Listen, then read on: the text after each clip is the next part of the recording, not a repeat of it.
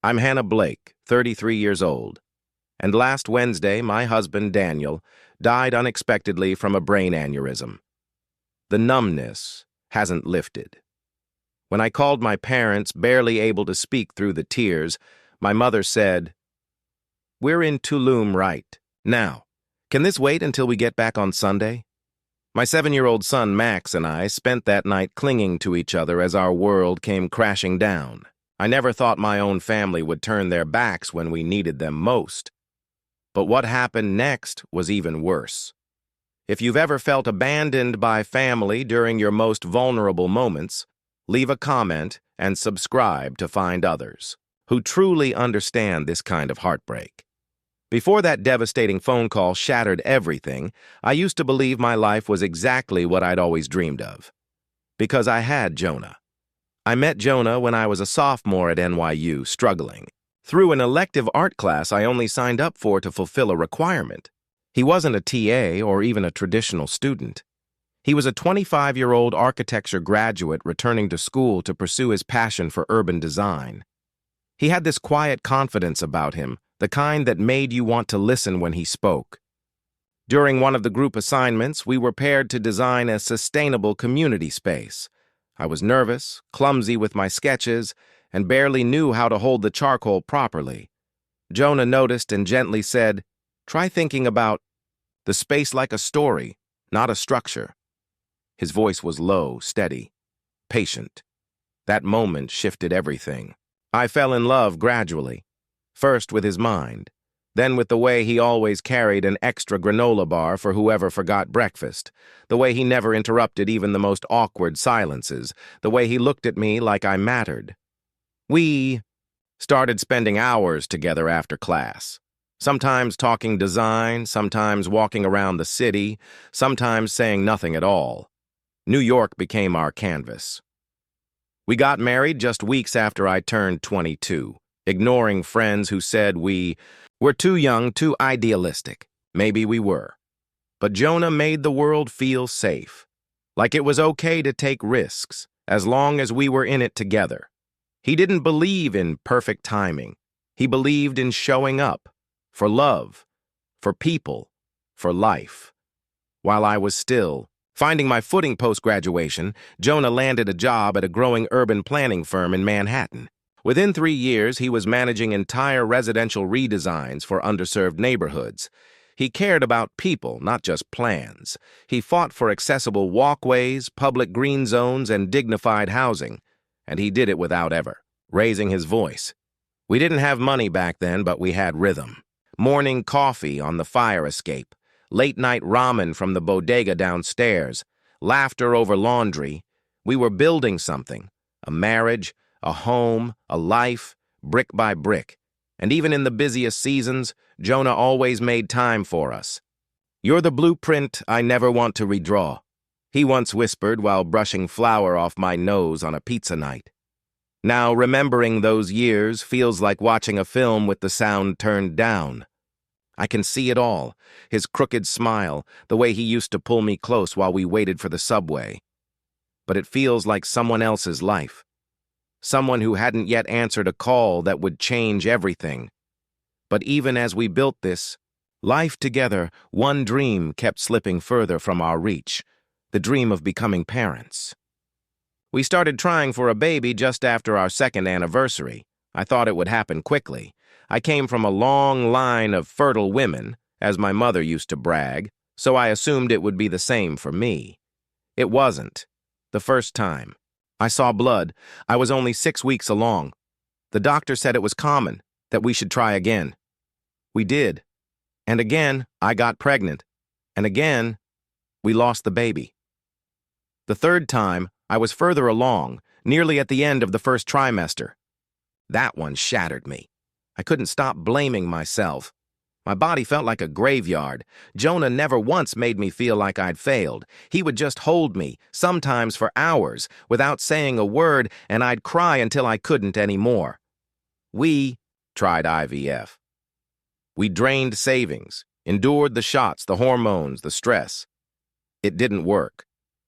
I remember sitting on the bathroom floor with the negative test in my hand and Jonah kneeling beside me, forehead against mine. He didn't cry. He just said quietly, "We still have us." Eventually, we began to talk about adoption. But even then, I could tell Jonah hadn't let go of the hope. Not completely. Neither had I. We stopped trying. We stopped tracking. We stopped planning. And then, just like that, I was pregnant again. This time, we were cautious. I didn't tell anyone until week 20. I was terrified of jinxing it. The pregnancy wasn't easy. I had severe nausea and 2 hospital visits for bleeding scares. In the final trimester, I was put on partial bed rest. Jonah transitioned to working, remotely without hesitation. He brought me ginger tea and lemon popsicles, rubbed my calves when they cramped, and documented every week in a pregnancy journal he decorated with little doodles of dinosaurs and fruit. One night, when I was sobbing from pain and fear, he knelt beside the bed, took my hand, and said, his voice cracking, "Elise, we don't have to be brave all the time, just honest. And right now, I'm terrified too." It was the most comforting thing he could have said. Not, "It'll be okay," but "I'm here with you in the fear."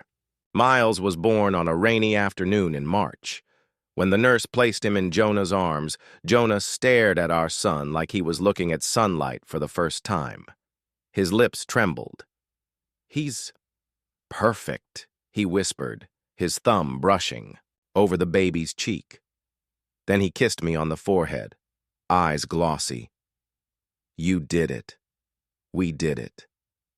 That day felt like the universe had finally answered, not with logic or fairness, but with grace. After Miles came into our lives, Jonah slipped so effortlessly into fatherhood that it felt like he'd been preparing for it all along. He'd never swung a baseball bat before, never learned the rules of t-ball, but by the time Miles turned 4, Jonah had become the unofficial coach of their tiny weekend league. I used to find him watching YouTube tutorials at night, notebook in hand, taking notes like he was cramming for an exam. He wasn't flashy about it. Jonah didn't post long captions or brag about being a hands-on dad. He just showed up, every time. Parent-teacher meetings, flu shots, Halloween parades, even dentist appointments. If Miles was there, Jonah made sure he was too. Our fridge turned into a command center. Color-coded magnets for school events, chore charts with doodles, sticky notes reminding Miles to drink water like a champion. It was both ridiculous and beautiful. There was one spring morning I'll never forget. Miles had just turned 6 and had his first school art show. Jonah left work early, wearing a blazer over his usual jeans, and brought flowers, not for me, but for Miles. "Every great artist needs a fan club," he said with a grin, tousling our son's hair as Miles lit up like a spotlight.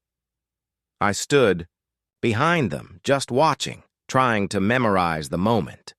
What made Jonah extraordinary wasn't any single grand gesture. It was the slow accumulation of tiny consistencies. How he packed Miles's lunch with handwritten notes that said, "Knock. Today out of the park." Or, "Math is just storytelling with numbers." How he taught him to tie his shoelaces by turning it into a spaceship docking sequence. How he listened, really listened, when Miles went on tangents about dinosaurs or planets or things. Only a 7-year-old could make fascinating for 30 straight minutes. He wasn't perfect.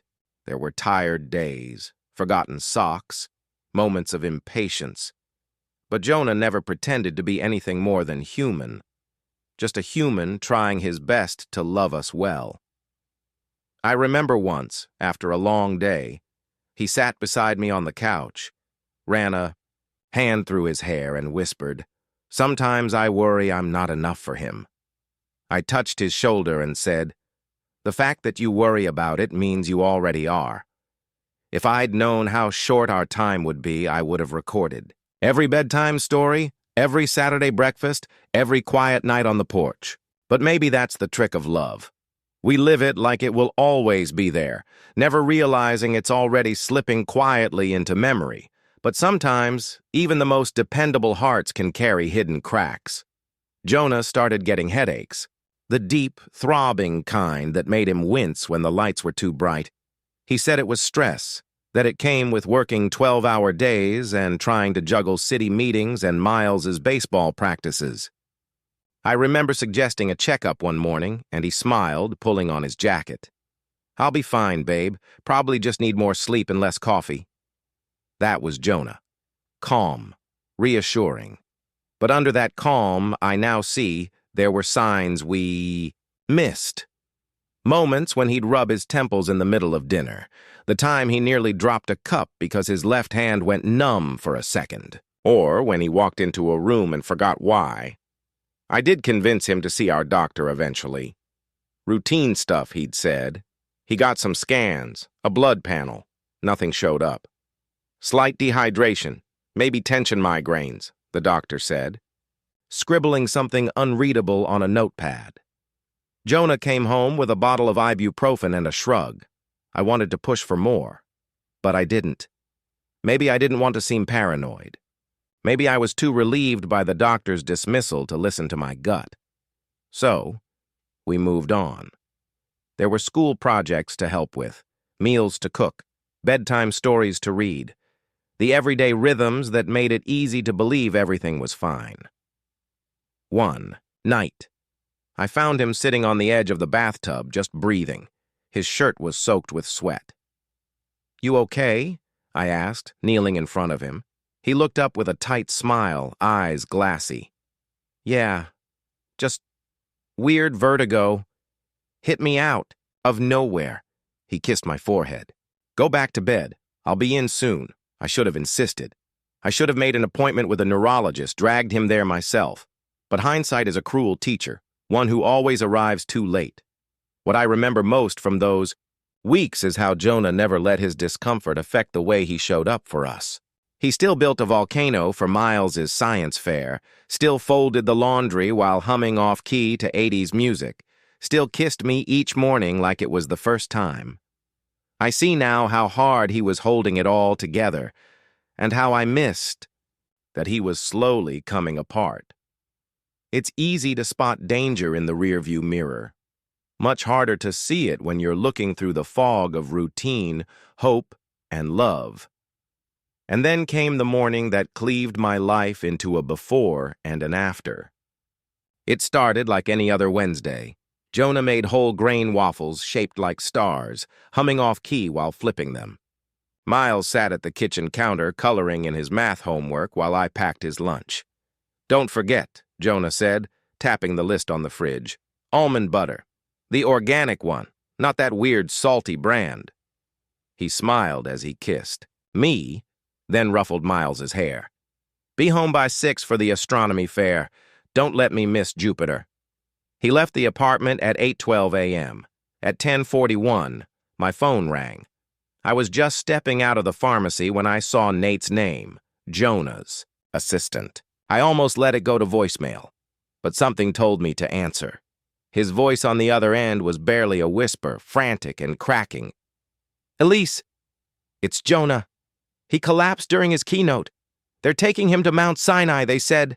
It was sudden, maybe neurological. The bottle in my hand slipped. I don't remember paying. I don't remember crossing streets. I remember the wind stinging my face, my hands trembling so hard I could barely hold the steering wheel. I ran 2 red lights and swerved so sharply at one turn I scraped a mailbox. I kept saying his name out loud like it was a spell. "Jonah, hold on. Jonah, stay." I arrived at the ER at 11:27. The nurse at reception looked up when I said his name, and something in her expression made my knees give out. A doctor came to meet me. He wasn't old. He wasn't cruel. Just tired. "He passed away before we could stabilize him," he said softly. "It appears to have been a massive hemorrhagic stroke." "I'm very sorry." No matter how many times someone says they're sorry, it doesn't soften the blow. It just dulls the edge for a moment, like snow on a wound. They took me to see him. The room was too quiet. Jonah's face was still, His lips parted slightly like he'd been about to speak. His eyes were half open. I waited for them to blink. They didn't. I touched his wrist. His skin was warm, like he was pretending, like this was some cruel performance art piece and he'd sit up any moment and say, "Gotcha." But he didn't. Sat beside him and whispered, "You promised Jupiter." And even then, some part of me still expected him to smile. I didn't remember the walk out of the hospital, only the pen in my hand and a stack of forms with my name where Jonah's should have been. The words blurred. Cremation or burial, primary contact, organ donation. Everything felt mechanical, like I was acting in a scene I hadn't rehearsed for. My only thought was, I need to tell Miles. When I got home, the apartment felt too intact. The chair at the dining table still had Jonah's sweater draped across the back. His coffee mug sat by the sink, half full. His laptop chimed with a calendar. Reminder, Miles' science fair today. I stared at the screen, the reminder blinking like a cruel joke. I washed my face, changed my shirt, pretended for one more hour that I still had the strength to be someone's mother.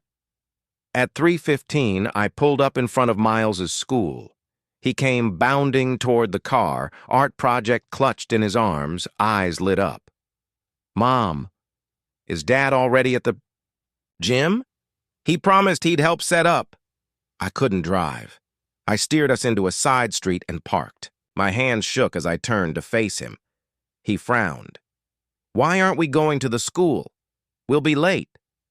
I took his hands. "Sweetheart." My voice broke. "Something happened this morning. Daddy got really sick at work." He blinked. "But the doctors fixed him, right?" I couldn't answer. I just shook my head. His smile faltered. "Does that mean he's not coming home?"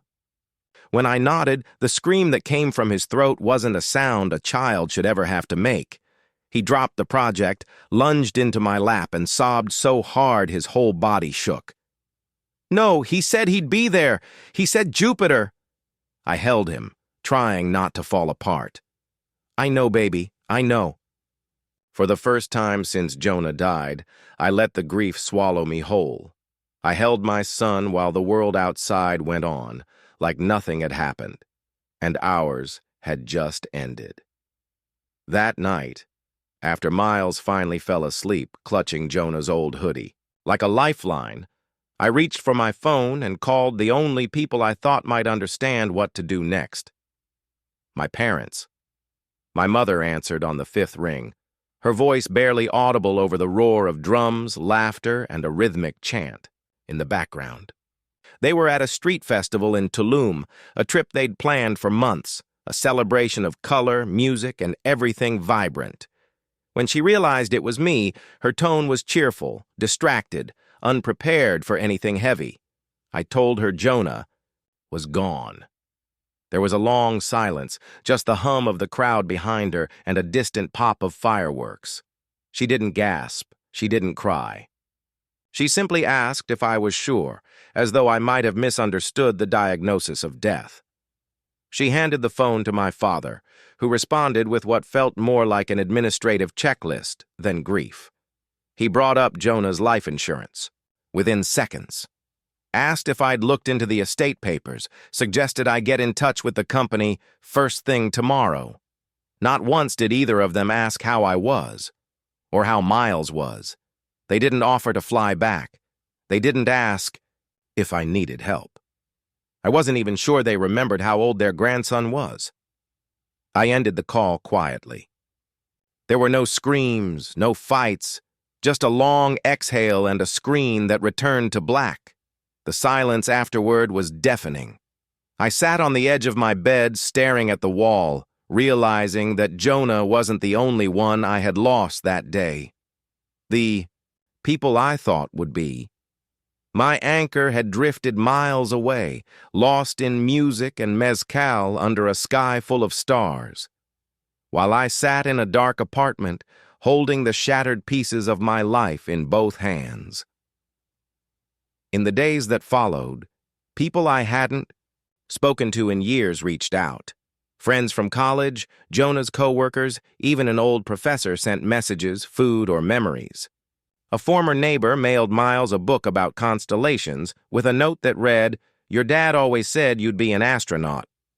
Kindness arrived from everywhere, except where I'd once expected it most. Maya, the woman who lived across the hall, brought over lentil soup and quietly started folding laundry when she saw the untouched basket. She didn't try to fix anything. She just sat with me while I stared at the same corner of the ceiling for over an hour. She made chamomile tea, arranged Jonah's favorite flowers in a vase, and left sticky notes that said things like "breathe" or "you're not alone" without signing her name. Meanwhile, my parents called only once, not to ask how we were, but to check what time the service would start and whether they should wear black or something more hopeful. The morning of the funeral was cloudless and jarringly bright. Miles wore the navy blazer Jonah had bought him for school pictures. "Dad said I looked like a senator in this," he whispered as I fixed his tie. I smiled but couldn't hold it. My hands trembled too much. The chapel filled quickly. Jonah's colleagues arrived first, solemn and quiet. Many with tears they didn't bother hiding. A few knelt to speak with Miles, sharing stories about how your dad always brought 2 coffees to meetings, one for someone who'd forgotten theirs. It was the kind of detail I might have missed. Now I collected them like relics. Parents arrived late. My mother's perfume hit before I even saw her. My father adjusted his cufflinks while scanning the room, then leaned in during the final hymn to ask, not in a whisper, if Jonah had ever updated his insurance after the refinance. It was as if someone had poured ice water down my spine. I didn't respond. I couldn't. I stared straight ahead, feeling the heat rise behind my eyes, not from grief, but humiliation. I was standing in front of a room full of people mourning the man I loved, and my own father couldn't make it through one service, without calculating numbers. Afterward, I watched as my friends served food, poured drinks, comforted guests. My family sat in the corner like they were waiting for a cab. Maya refilled tea, then gently placed a hand on my back when I began to cry without warning. I leaned into her, grateful for a stranger's warmth. Love wasn't always where you expected. Sometimes it was on a paper plate in the kitchen, or a quiet presence next to you on the floor. The house emptied slowly, like a tide retreating after a storm. First the neighbors, then the colleagues, until only family remained, and even that word had begun to lose meaning. My parents left quickly after the reception, citing traffic and an early flight tomorrow. My mother gave me a quick pat on the shoulder. My father said, "Let us know if anything needs sorting." They didn't say goodbye to Miles. But Jonah's family stayed. His mother quietly collected used teacups, her movements so gentle they barely registered. His father took out the trash without being asked. His sister, Ivy, laid out clean sheets on the guest bed and left a lavender sachet on my pillow. They didn't try to talk me out of grief. They just kept showing up in the small spaces it left behind. That night, after everyone had gone to sleep, I stood in the kitchen alone. The fridge buzzed. Jonah's favorite mug, the one with the chipped rim, was still on the drying rack. I picked it up, traced the crack with my thumb, and felt something split inside me. I slid to the floor. Ivy found me there 20 minutes later and sat beside me without saying a word. Miles had a nightmare. I heard him whimpering through the baby monitor, a sound I hadn't heard in years. I ran to his room and found him curled into himself, fists clenched, mumbling for his dad. I lay down beside him and pulled the blanket up to his chin. "He's not coming back, is he?" he asked, barely above a whisper. "No, sweetheart," I said, brushing the hair from his forehead. "But he's still with us." I wasn't sure if I believed it when I said it. Miles fell asleep with my hand in his. I didn't move. I couldn't. That was the first night I fully understood what widowhood meant. Not just the absence of Jonah, but the presence of everything he used to shield me from: grief, loneliness. And now, the silence of people who should have cared but didn't. What made it worse was knowing how good Jonah had been to them, to my parents. He remembered their anniversaries better than I did. He'd spent hours helping my dad set up a new computer, patient even when my father refused to follow instructions. He once mailed my mom a handmade planter because she'd mentioned in passing that she missed growing herbs.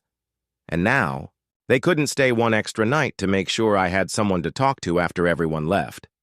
Jonah deserved more than their indifference. So did I. So did Miles.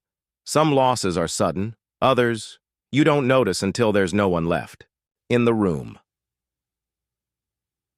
5 days after Jonah died, we gathered in a small funeral chapel in Brooklyn.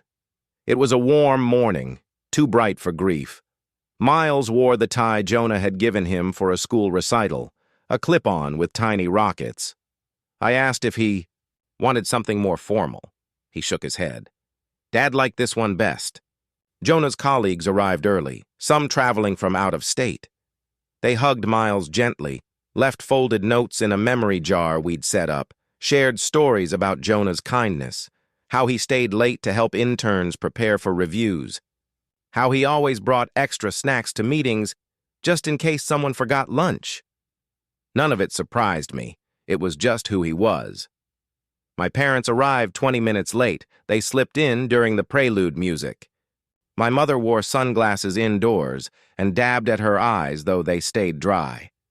My father greeted people like he was at a networking event. During the final hymn, he leaned over and asked how long it usually took for insurance payouts to process. I didn't answer. Jonah's family, in contrast, radiated quiet devastation. His mother sat with a tissue balled in her fist, never looking away from the casket. Ivy held Miles's hand through the entire service, gently rubbing his knuckles.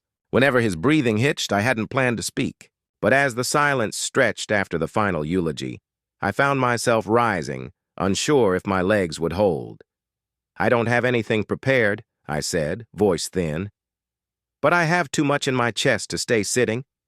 I talked about Jonah's unshakable gentleness, how he never raised his voice, but always got heard, how he once made a stranger's grocery list into a graphic poster because she dropped it and he thought it was weirdly poetic.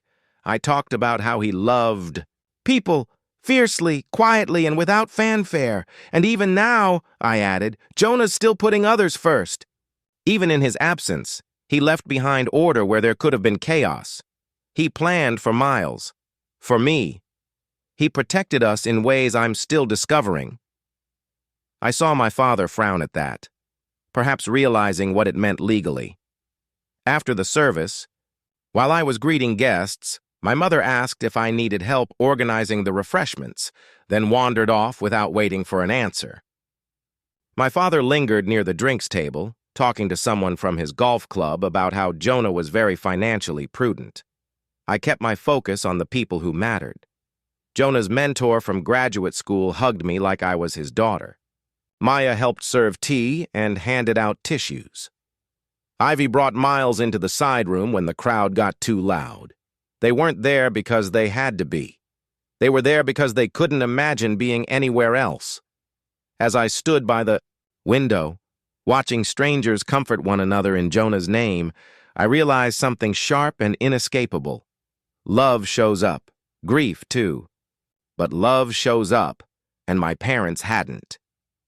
In the days after the funeral, I found myself reaching for my phone more than once, not to call anyone, but to scroll through old messages Jonah had left behind, grocery lists, inside jokes, a blurry photo of Miles asleep in his car seat captioned, "My co-pilot bailed." My parents didn't call. They didn't ask how we were settling into this new, cruel version of reality. There were no casseroles from them, no check-ins. Only silence. But the people who mattered showed up. Some unexpectedly, some without a word. Ivy took Miles for a walk around the block every evening, rain or shine. She told him stories about When Jonah was his age, how he once tried to build a raft from milk crates and almost floated away. Miles laughed. It was the first sound of joy I'd heard in days. Maya came over every afternoon. She didn't knock, just slipped in with a tote bag of groceries and tasks she assigned herself. She cleaned the fridge, organized the pantry, made a batch of Jonah's favorite chickpea stew. "Smells like him," she said once, placing the bowl gently in front of me. I cried while eating it. One of Jonah's old co-workers brought over a print of the last community housing project Jonah designed. Another handed me a thumb drive with his final presentation slides. "He worked so hard on this," they said. "We didn't want it to disappear." That night I sat with Miles in his room as he flipped through a sketchbook Jonah used to draw in. "Why does everyone else remember him so much?" he asked. I swallowed the lump in my throat. "Because he left pieces of himself with them. That's what good people do." He nodded slowly, tracing one of the doodles with his finger. "I'm gonna remember him forever."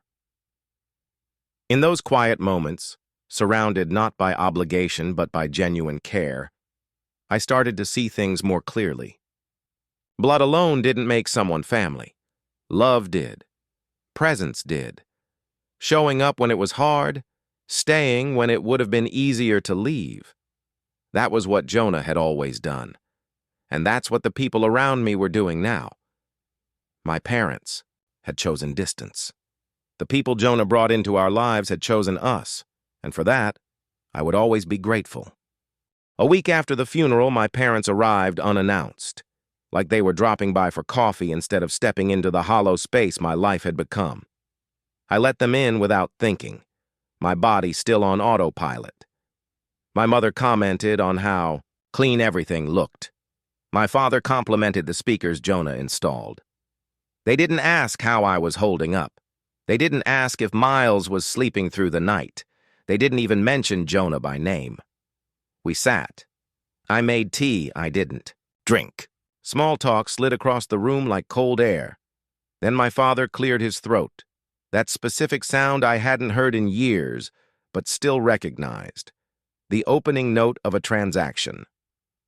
"Elise," he began, resting both hands on his knees like this was a business meeting. "With Jonah gone, I imagine the insurance settlement is substantial." My chest tightened. I said nothing. "We're not here to be insensitive," he continued, "but your mother and I are thinking long-term, retirement, medical costs. The market hasn't been kind, and frankly, Jonah would have wanted you to help your family." I blinked, almost laughed. "You think asking me for a share of my dead husband's life insurance is something Jonah would have wanted?" He didn't flinch. "We supported you for decades. We made sacrifices. It's only fair." That word again. Fair. Fair? My voice cracked, not from weakness, but from rage. "Jonah fixed your roof in the middle of a snowstorm. He picked up your prescriptions. He paid off your credit card debt behind my back because he didn't want you to feel embarrassed. And now that he's in the ground, you think you're entitled to the one thing he left to protect Miles and me?" My mother looked down at her lap. My father stayed composed, but his tone cooled. "We're your parents. You owe us some consideration." "No," I said, standing up shaking. "I owe Jonah, I owe Miles, and I owe myself the dignity of not being manipulated by people who didn't even bother to ask if I was eating." He opened his mouth. I pointed to the door. "Get out." "Elise," my mother said softly, almost pleading. I didn't respond, just held her gaze long enough for her to understand I meant every word. They left without protest, no hug, no apology, no shame. And as the door slammed shut, I finally let the fury rise. Not because of what they asked, but because deep down, some part of me had still believed they wouldn't. I had just buried my husband. And all they saw was what he left behind. When I picked Miles up from school that day, I could tell something was bothering him. He didn't swing his backpack the way he usually didn't chatter about science class or what his friend Liam had said at lunch. He climbed into the car, clipped his seatbelt, and stared out the window. We drove in silence. It stretched longer than I could bear. He finally asked about my parents, not out of curiosity, out of knowing. I could feel it in the way he avoided my eyes. Something inside him had already guessed what I hadn't wanted to confirm. He'd overheard them at the funeral, talking about Jonah's life insurance. There was no preparing for that. No script in any parenting book tells you how to respond when your child realizes that his grandparents, the people who once clapped at his kindergarten performance, are now interested in what his father left behind more than in what his father meant. I didn't cry in the car, not because I was strong, but because my body was too numb for tears. It was a silence that vibrated, too full to be empty. That night, after Miles fell asleep with one of Jonah's old flannel shirts pressed against his cheek, I sat alone in the kitchen. The tea I'd made went cold. My phone lay face down on the table. I thought about how my father hadn't even waited a full week before bringing up money, about how he used the word fair, as if fairness was ever part of their vocabulary, when it came to me. About how Jonah had treated them, kindly, generously, without hesitation, and how, in return, they reduced his death to a dollar amount. The grief was no longer clean. It had edges now. It had shape. It had teeth. I called Ivy, not to be soothed, but because I needed someone who knew Jonah the way I did. Not as a name on a check, but as a man who stayed up late researching pediatric asthma when Miles had a cough that wouldn't go away. A man who once left work early to deliver soup to my mother when she had the flu, even though she barely thanked him.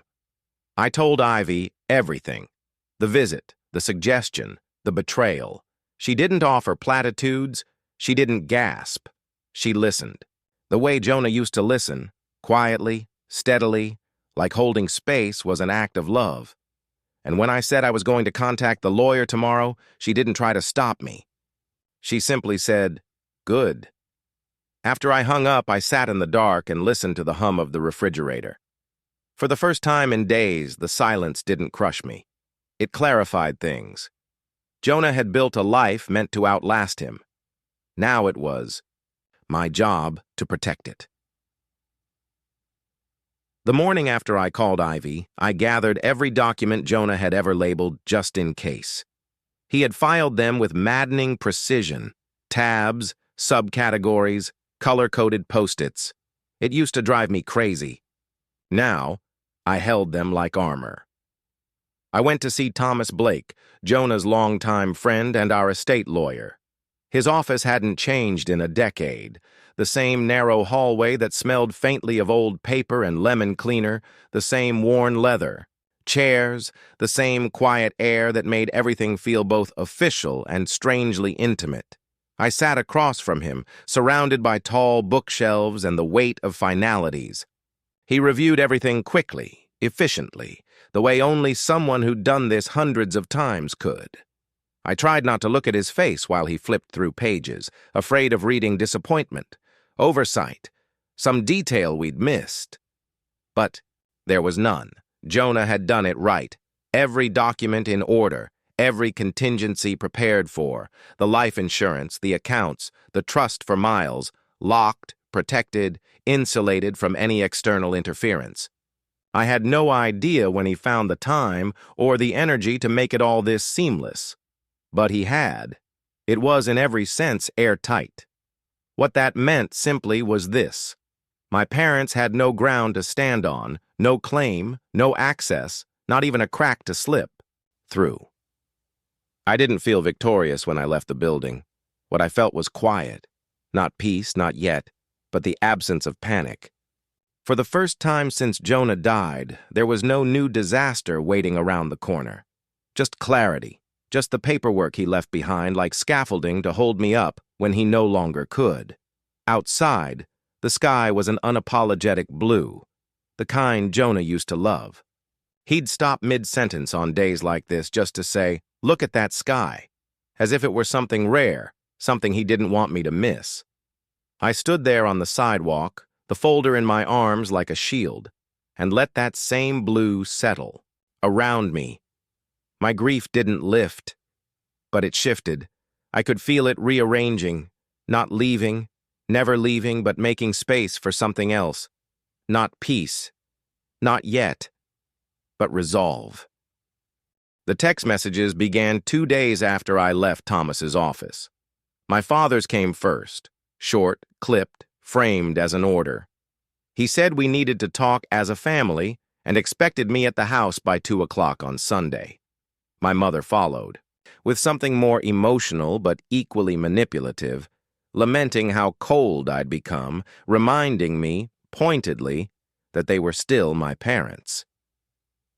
Then came my sister, who didn't bother with pretense.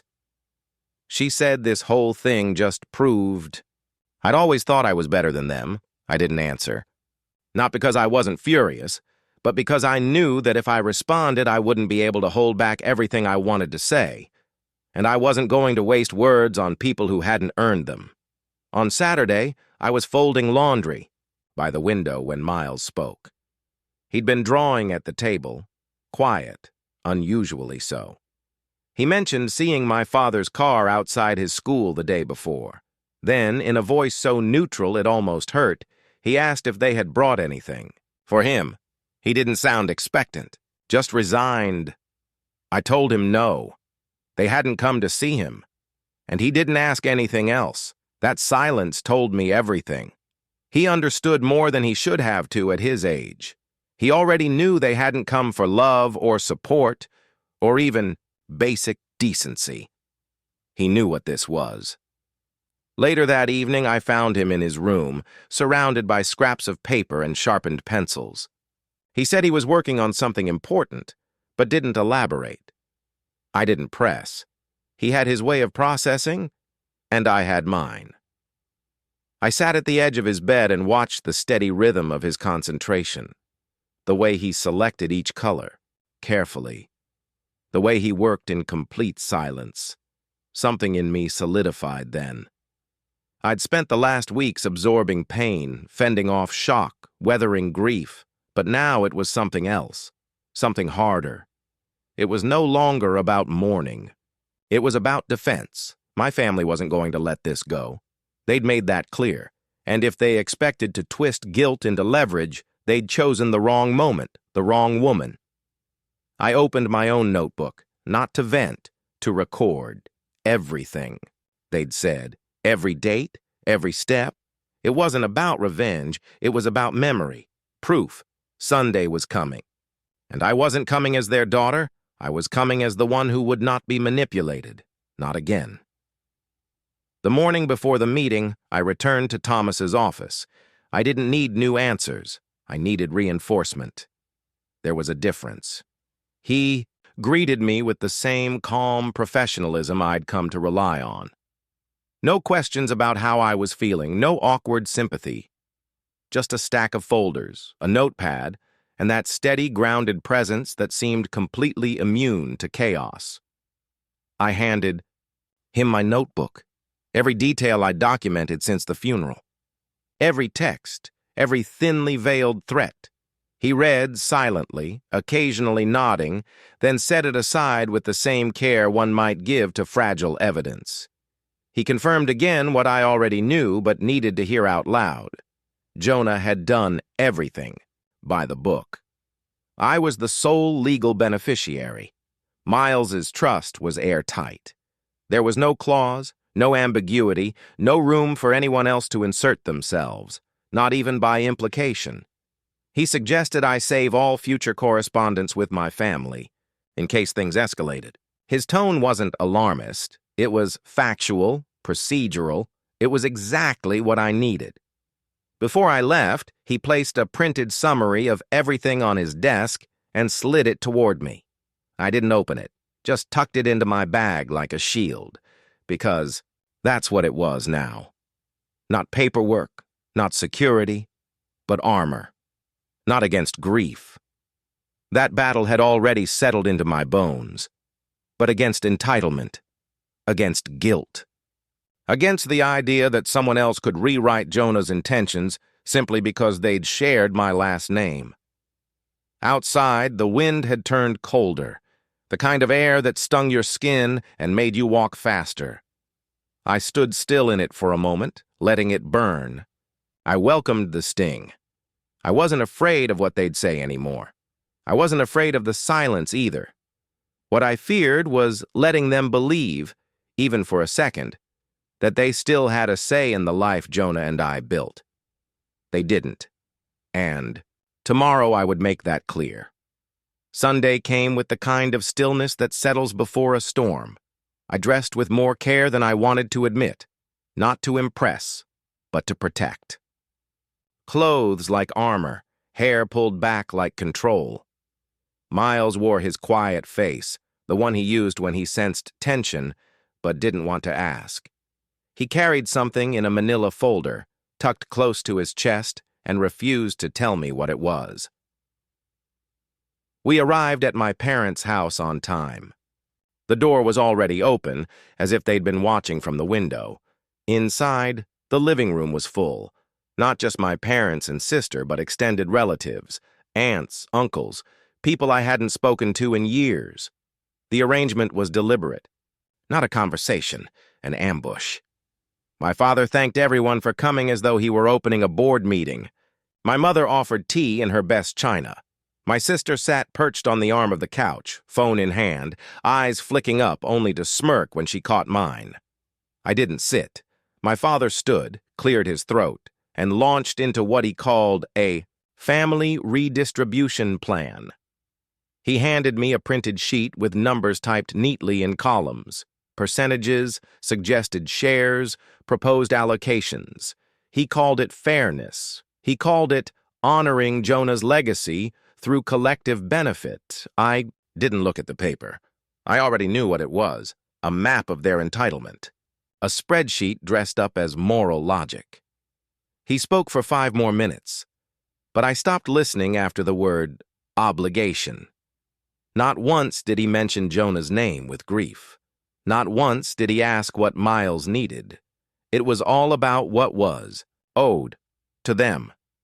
When he finished, the room fell quiet. I spoke slowly, clearly, without apology. Jonah had planned everything, legally, logically, compassionately. He had provided for me and for Miles, not for anyone else. I told them I wasn't here to negotiate.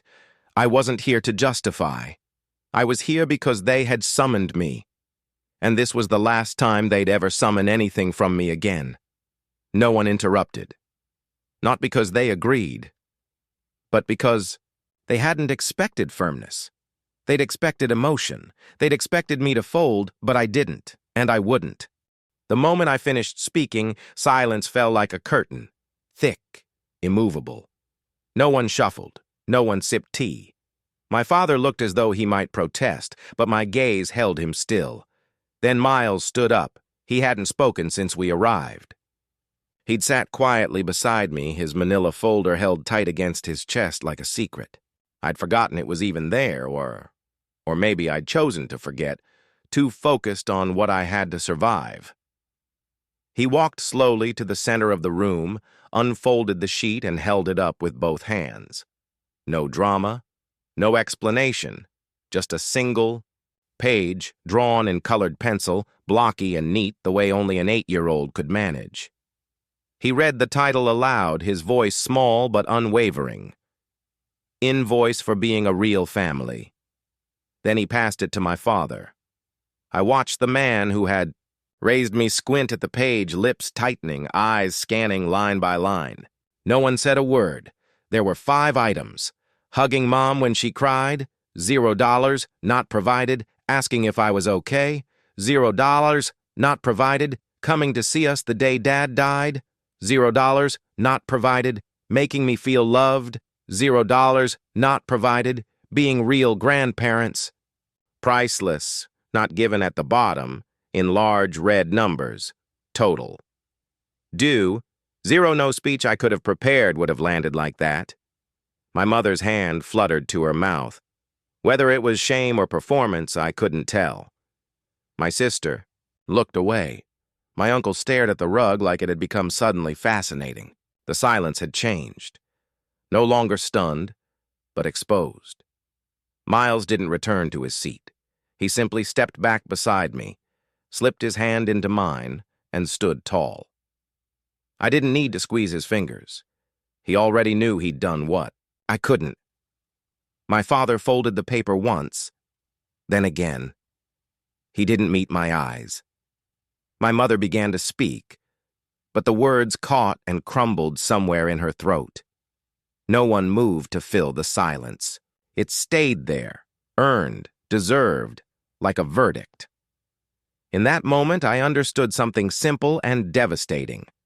Miles had grown up in a single afternoon, not because he wanted to, but because they had forced him to, and he had chosen to, speak truth into the space where they'd left nothing but noise.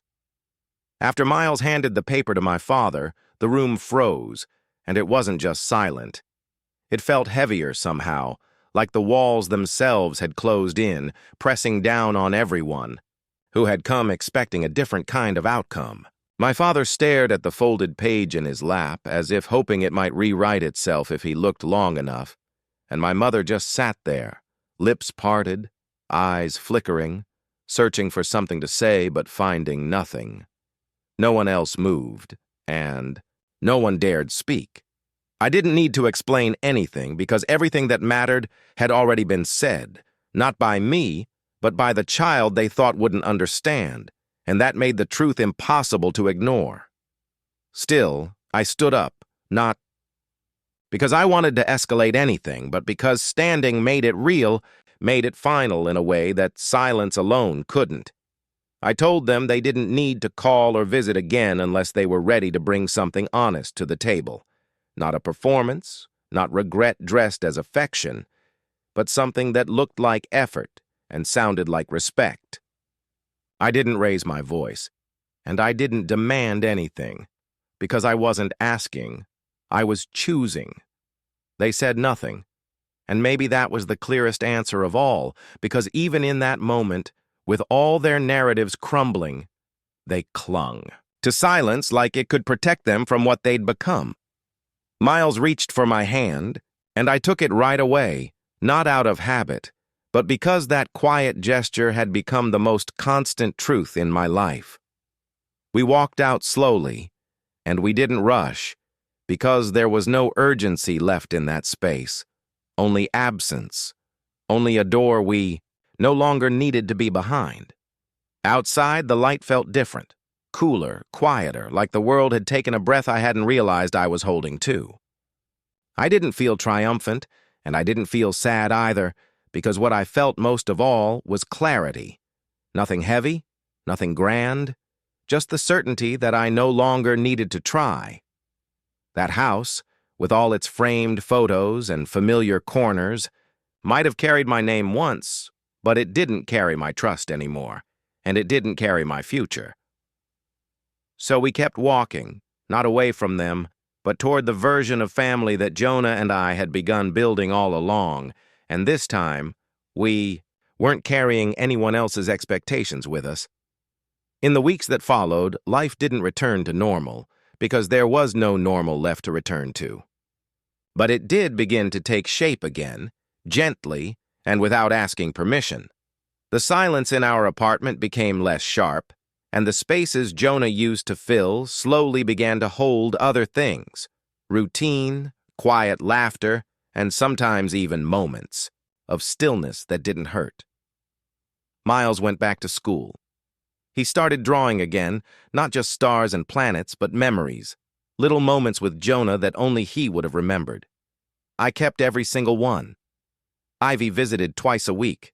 Maya stayed until dinner most nights. They didn't try to fix anything. They just helped me carry it. My parents sent flowers once, then a letter.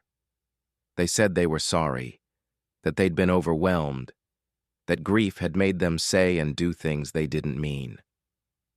I didn't respond.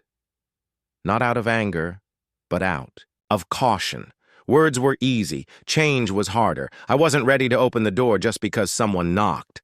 They would have to wait. I stopped trying to explain myself to people who had already made their minds up. Instead, I started building a life that didn't require explanation. A life that honored Jonah not just in memory, but in motion. The way I raised Miles. The way I guarded the peace he left behind. One afternoon, months later, Miles asked me if we were still a family.